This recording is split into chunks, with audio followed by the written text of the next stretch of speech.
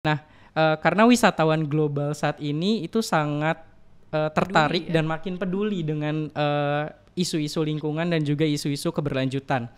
Dan mungkin terakhir yang nggak kalah penting itu berkolaborasi dengan pemerintah dan juga masyarakat sipil. Jadi bukan cuma jalan sendiri. Jadi ini tidak bisa dilakukan hanya oleh sektor swasta atau pemerintah, tapi bareng-bareng bikin ekosistem transisi energi yang kuat dan juga inklusif.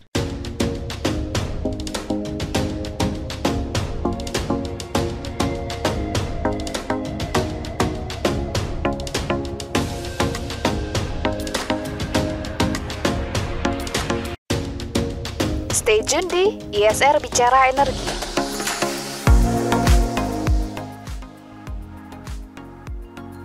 Halo Sobat Essentials, kembali lagi di podcast ISR Bicara Energi bersama saya Alia Salsabila. Dan hari ini kita akan ngobrol-ngobrol soal kesiapan Indonesia untuk kebangkitan sektor pariwisata berkelanjutan. Sebelum memulai, jangan lupa untuk like, komen, dan share video ini. Jangan lupa juga untuk subscribe ISR Indonesia agar tidak ketinggalan informasi mengenai energi terbarukan. Dan karena kita punya banyak informasi dan video menarik lainnya, acara mengenai transisi energi. Habis ini langsung tonton ya. Pariwisata berkelanjutan ini sangat menarik ya. Tadi udah dibahas sedikit. Karena sejak 2021 telah menjadi bagian dari strategi pembangunan nasional dengan penguatan regulasi, kolaborasi lintas sektor, dan sosialisasi praktik ramah lingkungan seperti efisiensi energi, pengolahan limbah, dan juga transportasi rendah emisi. Selain dampak ekologis, pendekatan ini juga mendorong kesejahteraan masyarakat lokal melalui pelatihan dan juga pelibatan komunitas. Di Bali, upaya ini diwujudkan lewat surat edaran Gubernur nomor 5 tahun 2022 yang mendorong pemasangan PLTS atap minimal 20% dari luas atap bangunan, baik sebagai langkah ekologis maupun efisiensi ekonomi jangka panjang. Nah, bagaimana implementasinya? Kita bahas lebih lanjut di IESR Bicara Energi kali ini bersama narasumber spesial kita, Bapak Riki Teguh Utama Argawa, Presiden Direktur PT 7 Havenindo, Hotel Swissbill Resort Pecatu. Selanjutnya ada narasumber yang bergabung bersama kami di studio, Bapak atau Mas Muhammad Yudhistira Rahayu, Koordinator Program Bali NZE IESR. Nah, selamat datang dan selamat siang Mas, gimana kabarnya? Oke, terima kasih Alia. Selamat siang. Kabar baik. Ini merupakan suatu kehormatan karena kali kedua saya melakukan podcast bersama ISR. Alia, bagaimana kabarnya? Baik juga nih. Nah, kebetulan tadi soal podcast sebelumnya Mas Yudi ini juga bersama kita di podcast Nusa Penida, mungkin boleh dicek ya setelah ini teman-teman. Nah, ngomong-ngomong soal pariwisata berkelanjutan ini sangat menarik sekali ya, karena dalam podcast kali ini ada stakeholders terkait nih yang bersama kita, yaitu Pak Riki dari Swissbill Resort Pecatu yang sudah mengimplementasikan praktik-praktik berkelanjutannya. Nah, mungkin Bapak Riki bisa di-share nih, diceritakan ke kita apa saja praktik-praktiknya buat inspirasi kita semua. Silakan Pak. Ya, kalau hotel kami, Swissbill Resort Pecatu, memang sudah berdiri sekitar 8 tahun ya. Tapi dari awal pembentukannya kami sudah mau mengimplementasikan praktek-praktek berkelanjutan itu. Jadi sustainability energy, kita menggunakan lampu LED. Mungkin kalau di tahun 2025 saat ini hampir rata-rata masif penggunaan lampu LED. Tapi balik di zaman 2016-2017 pada saat kami memasang sistemnya, itu masih tergolong lumayan mahal lah gitu. Terus kita juga mengimplementasikan STP ya. Jadi STP dari kita itu hasil-hasil pembuangannya itu kita recycle untuk taman kita. Jadi untuk pengairan di taman-taman kita, garden kita cukup luas. Itu hasil dari air limbah itu kita gunakan untuk sesudah diproses ya tentunya ya, itu kita berikan, itu kita airi, kita punya garden, kita punya kebun itu, sehingga kita juga menghemat dari sisi air. Dan yang terakhir ini tentunya kita memasang PLTS atap. Nah itu yang menurunkan kembali kita punya kebutuhan energi, sehingga kita berusaha efisiensi atau program-program efisiensi ini bisa berkelanjutan di hotel kami. Oke, menarik banget ya Pak tadi. Jadi semoga tadi yang sudah dilakukan oleh Swiss Bell Resort Pecatu ini bisa ditiru nih sama hotel lain buat mencontoh praktik-praktik berkelanjutan tersebut ya. Oke, nah kebetulan nih Pak, ISR tuh juga mendorong Bali agar mencapai status net zero emission-nya di tahun 2045. 15 tahun lebih cepat ya dari target nasional NZE 2060 atau lebih cepat. Nah, kalau dari ISR nih, Mas Yudi sendiri, apa saja sih yang dilakukan sektor swasta untuk mendukung target tersebut? Silakan. Oke, terima kasih Al ya. Jadi memang ISR mendorong inisiatif Bali Net Zero Emissions 2045 di mana 15 tahun lebih cepat daripada target nasional. Maka dari itu, karena targetnya lebih cepat, jadi butuh percepatan transisi menuju energi bersih. Itu suatu keharusan.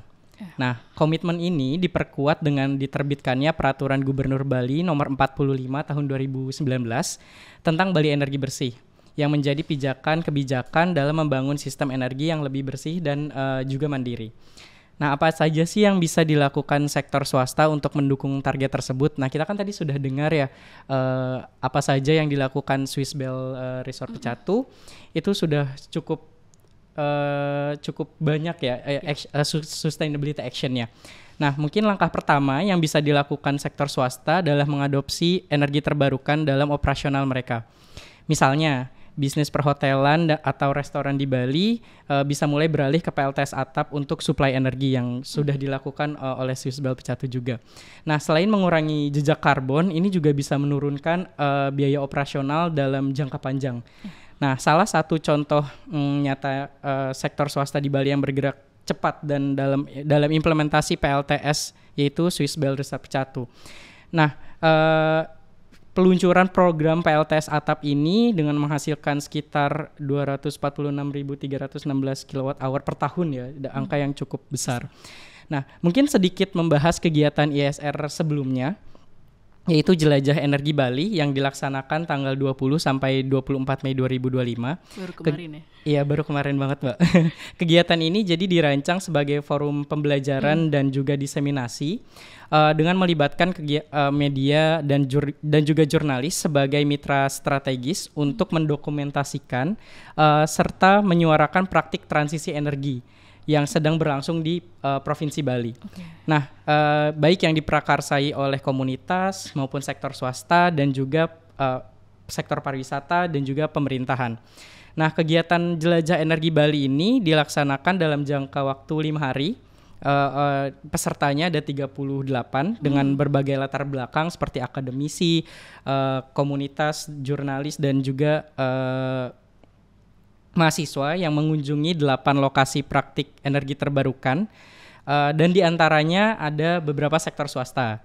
Nah, responnya tentu sangat positif. Selain bisa menghemat tagihan listrik, pengurangan emisinya pun cukup signifikan.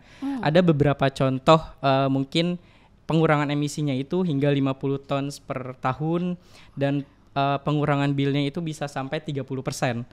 Nah, ini membuktikan bahwa penggunaan energi terbarukan juga bisa menguntungkan dalam sektor bisnis. Bagi kami, ini adalah bukti bahwa transisi energi bukan hanya sekedar wacana, namun sudah menjadi bukti nyata dan juga sudah berjalan. Dan sekarang saatnya kita perkuat, replikasi, dan juga ditingkatkan aplikasinya. Nah, mungkin yang kedua, sektor swasta bisa berinvestasi dan juga dalam infrastruktur hijau untuk mendukung beberapa proyek hijau seperti kendaraan listrik, terus sistem pengolahan air dan juga sampah yang memang rendah emisi. Ini bukan hanya investasi dalam hal teknologi, tapi juga untuk masa depan Bali yang berkelanjutan. Lalu mungkin ketiga, sektor swasta bisa jadi edukator dan juga perubahan budaya konsumsi, terutama dengan menjangkau konsumen dan pelaku UMKM. Mereka bisa mengangkat nilai keberlanjutan sebagai branding karena beberapa destinasi yang memang kita kunjungi saat Jelajah Energi Bali itu juga cukup menambah branding mereka sebagai sustainable product. Nah, karena wisatawan global saat ini itu sangat tertarik dan makin peduli dengan isu-isu lingkungan dan juga isu-isu keberlanjutan. Dan mungkin terakhir yang nggak kalah penting itu berkolaborasi dengan pemerintah dan juga masyarakat sipil. Jadi bukan cuma jalan sendiri. Jadi ini tidak bisa dilakukan hanya oleh sektor swasta atau pemerintah.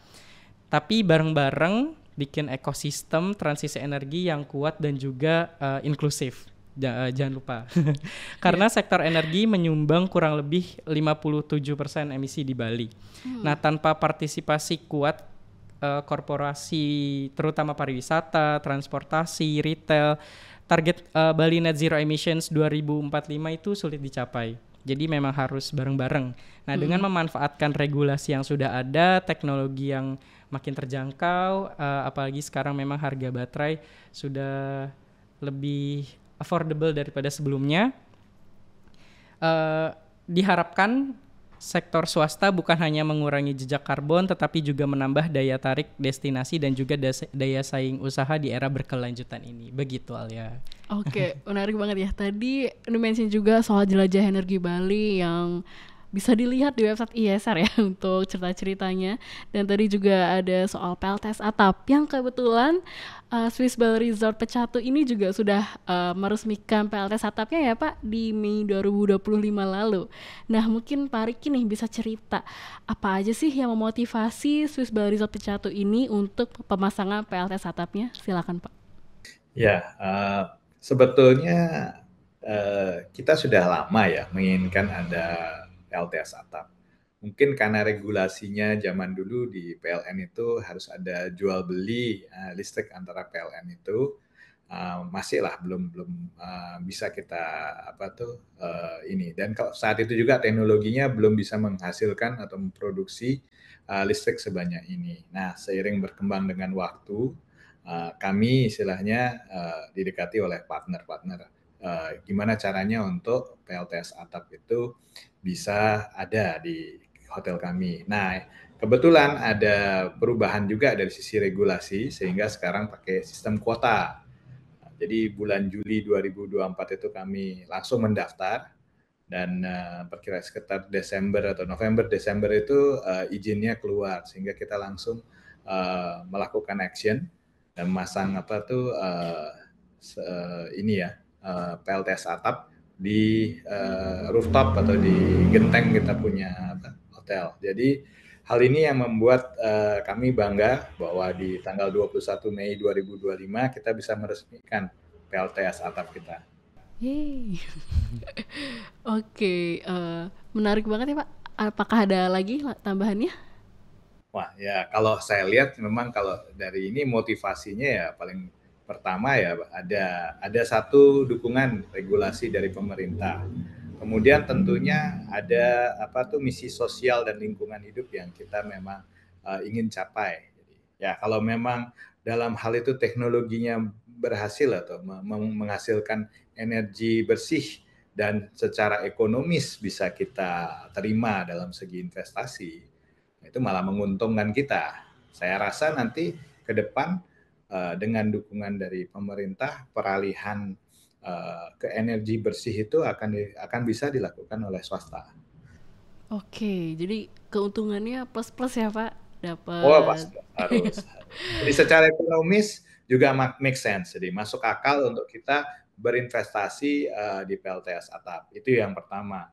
Kemudian dimudahkan dari segi regulasi dan mungkin juga dari posisinya tujuan sosial dan lingkungan hidup kita, sustainability program di kita punya hotel itu bisa tercapai juga. Jadi banyak aspek dan parameter yang bisa kita capai. Oke, jadi ini jadi salah satu kisah sukses ya Mas pemasangan PLTS atap untuk swasta. Nah sebelumnya tadi Mas Yudis kan bilang kalau misalnya swasta tidak bisa berjalan sendirian, perlu ada bantuan juga erat kolaborasinya ya dengan pemerintah setempat. Nah untuk mengusung Bali NZE 2045 nih Mas, dukungan apa aja sih yang dilakukan atau harus disediakan ya sama pemerintah khususnya Pemprov Bali untuk memotivasi dan mengajak pihak swasta berkontribusi dalam upaya dekarbonisasi sistem energi ini, Mas Yudis, silakan. Oke, terima kasih Ale. Jadi kan tadi kita sudah membicarakan peran sektor swasta ya. Nah, sekarang adalah dukungan apa yang dapat disiapkan pemerintah, khususnya Pemprov Bali, supaya pihak swasta semakin terdorong ikut dalam transisi energi dan juga dekarbonisasi. Nah, mungkin sedikit cerita. Pada Kamis 15 Mei 2025 telah dilaksanakan sosialisasi percepatan implementasi PLTS atap di Provinsi Bali yang diadakan oleh pemerintah Provinsi Bali yang dihadiri juga oleh Gubernur Provinsi Bali. Betul. Nah, dalam rangka Bali Mandiri Energi, ini sosialisasi ini bertujuan untuk menegaskan arah kebijakan Provinsi Bali dalam mewujudkan kemandirian energi, sekaligus meningkatkan kualitas hidup Provinsi Bali. Dalam pembahasannya disoroti juga sejumlah kebijakan lingkungan yang mendukung transisi energi bersih di Bali, seperti diterbitkannya Peraturan Gubernur Nomor 45 Tahun 2019, Pergub Nomor 47 Tahun 2019 tentang pengolahan sampah berbasis sumber, lalu Pergub Nomor 97 Tahun 2018 tentang pembatasan sampah sekali pakai, serta Pergub Nomor 48 Tahun 2019 yang mendorong penggunaan kendaraan listrik berbasis baterai. Jadi sebenarnya secara regulasi pemerintah Provinsi Bali ini sudah cukup siap dalam mendukung transisi energi. Nah, memang sampai saat ini Bali masih bergantung pada pasokan energi dari luar Jawa. Nah, ketergantungan ini dinilai rentan terutama di tengah pertumbuhan kebutuhan listrik yang memang di Provinsi Bali ini lebih tinggi rata-ratanya daripada rata-rata nasional. Nah, PLTS atap ini dinilai sebagai solusi strategis. Nah, pemerintah Provinsi Bali telah menyiapkan regulasi baru yang untuk mendorong aplikasi PLTS atap secara luas. Jadi kemarin bukan hanya dari komunitas yang datang di acara sosialisasi tersebut, tapi juga ada dari pemerintah, dari instansi vertikal, provinsi, kabupaten dan juga kota untuk optimalisasi gedung pemerintah dengan PLTS atap. Lalu ada perwakilan dari Horeca juga atau hotel, restoran, kafe untuk penghematan biaya. Jadi PLTS atap yang diaplikasikan ini ternyata bisa menghemat biaya listrik dan juga peningkatan value terhadap bangunan tersebut. Nah, lalu untuk fasilitas kesehatan demi mendukung keandalan energi untuk alat kesehatan dan juga pelayanan. Lalu ada fasilitas pendidikan untuk edukasi energi bersih dan juga penghematan biaya listrik, serta beberapa toko modern dan juga retail. Jadi saat sosialisasi tersebut ada memang perwakilan dari hotel dan juga dari mall juga. Jadi Tariki ikut juga tuh. Pastinya ada sih perwakilan dari Sosbal Pecatup.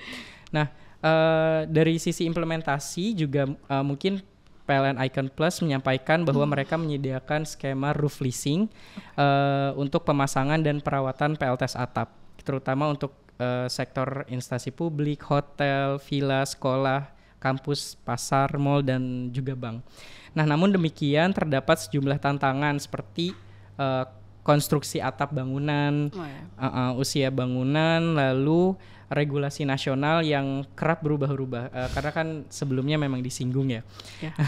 Nah, jadi hingga skema pembiayaan awal yang masih ditanggung rata-rata oleh developer.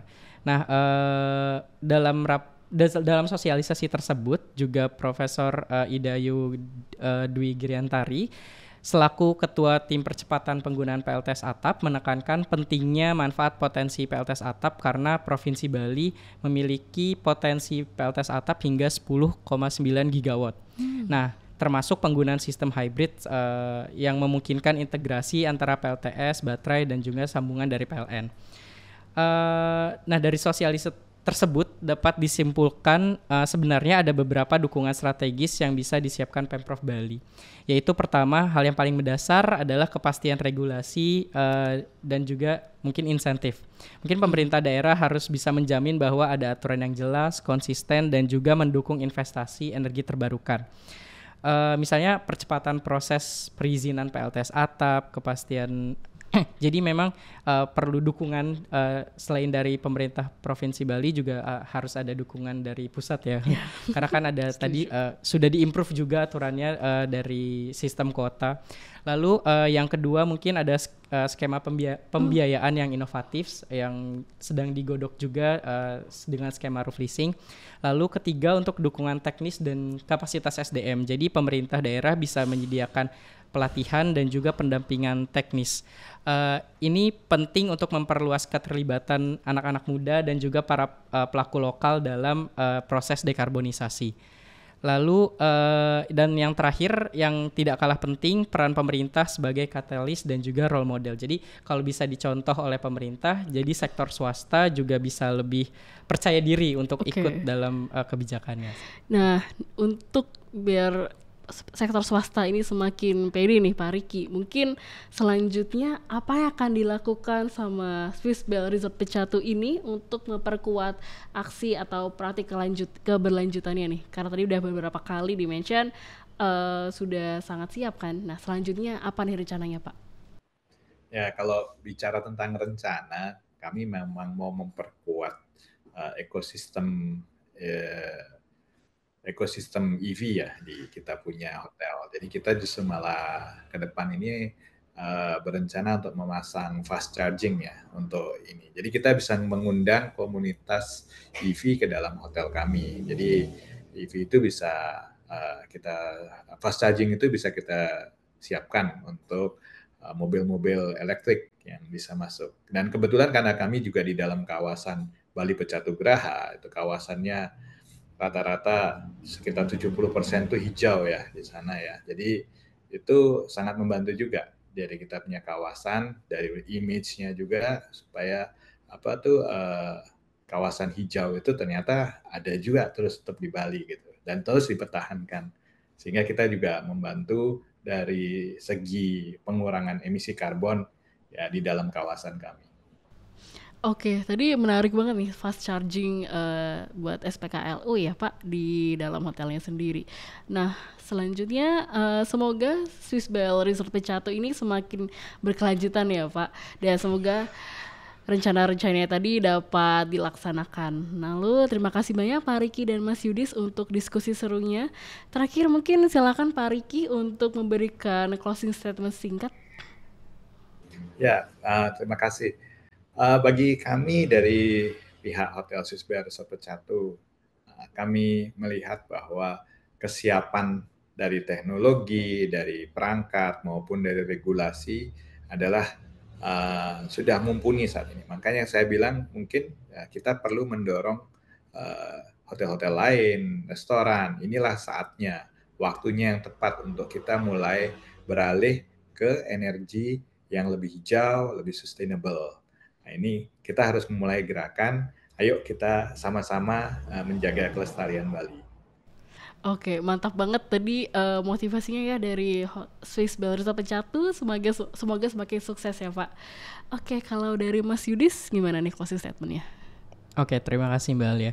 Jadi memang perjalanan Bali menuju net zero emissions 2045 itu bukan tugas satu pihak saja, bukan tugas hanya pemerintah, sektor swasta, tapi ini misi kolektif dan harus kolaboratif.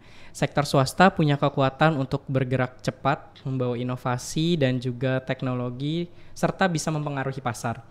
Tapi kekuatan itu hanya bisa maksimal kalau ada memang dukungan nyata dari pemerintah, terutama dalam bentuk regulasi yang jelas, insentif yang adil, dan juga ekosistem yang memang kolaboratif. Nah, kalau ini bisa dilakukan secara konsisten dan juga kolaboratif, Bali bukan cuma bisa mencapai net zero emissions 2045, tapi juga bisa jadi contoh nasional dalam transisi energi dan juga pariwisata berkelanjutan. Apalagi Bali memang terkenal secara internasional dari segi pariwisatanya. Nah, contoh seperti Swiss Bell Resort Pecatu membuktikan bahwa transisi energi itu mungkin, dan bahkan di sektor swasta dan juga di pariwisata yang selama ini sulit untuk berubah dan berpikir harus butuh investasi tinggi dan lain-lain.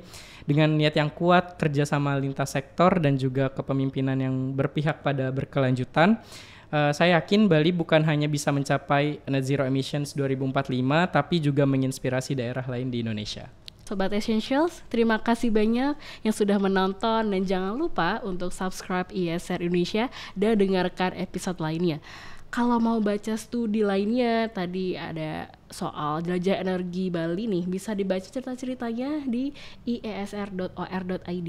Jangan lupa untuk follow media sosial ISR di Twitter, Instagram, LinkedIn, YouTube, dan juga TikTok. Sampai jumpa.